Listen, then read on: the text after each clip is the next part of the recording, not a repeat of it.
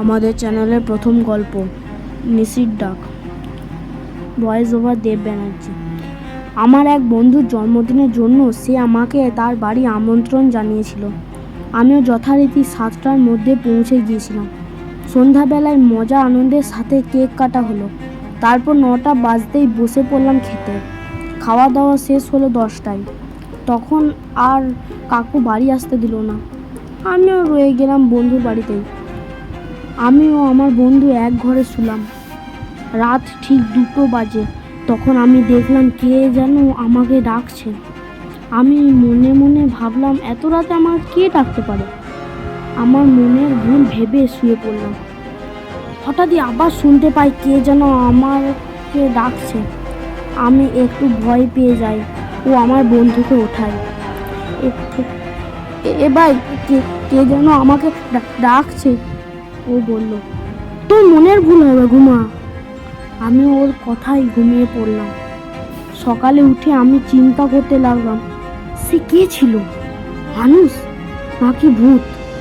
এই চিন্তা নিয়ে আমি আমার বন্ধুর কাছে গিয়ে বললাম, কালকের রাত্রে যে ডাকলো, সে কোনো মানুষ নাকি কোনো আত্মা? তখন আমার বন্ধু একটি গল্প বলল।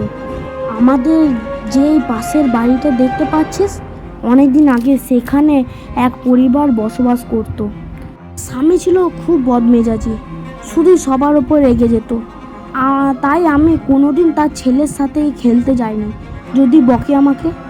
কিন্তু একদিন তার স্বামী প্রচুর মদ খেয়ে এসে হঠাৎই তার স্ত্রীর সাথে ঝগড়া লাগে।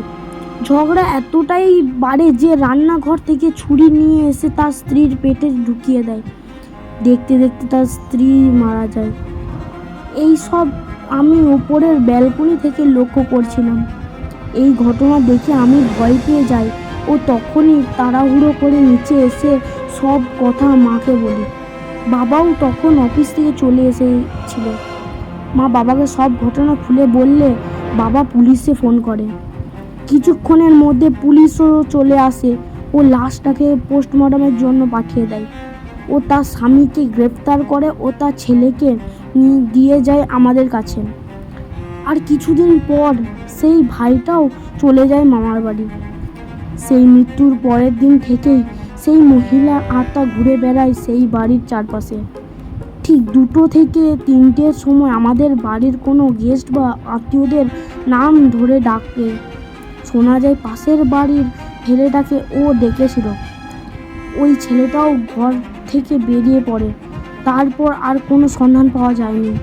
হঠাৎ 2-3 পর তার লাশ পাওয়া যায় আমাদের বাড়ি থেকে 2 কিলোমিটার গিয়ে একটা পুকুর আছে, সেই পুকুরে।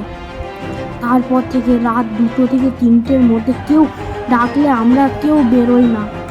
এই কারণে তোকে ওটা ইগনোর করতে বললাম। তুই যদি ওর কোথায় বেরোতিস তবে ও ওই ছেলেটার মতো হাল করতো তোর। বন্ধুর এই সব শুনে আমি বাড়ি চলে আসি। সেই দিনের পর থেকে আমি আর সেই বন্ধুর বাড়ি যেতাম না। এই গল্পটি এখানেই শেষ হলো। গল্পটি ভালো লাগলে আমাদের চ্যানেলটিকে সাবস্ক্রাইব করবে, লাইক ও কমেন্ট করতে ভুলবেন না এই রকম পরবর্তী আরও ভিডিও পেতে।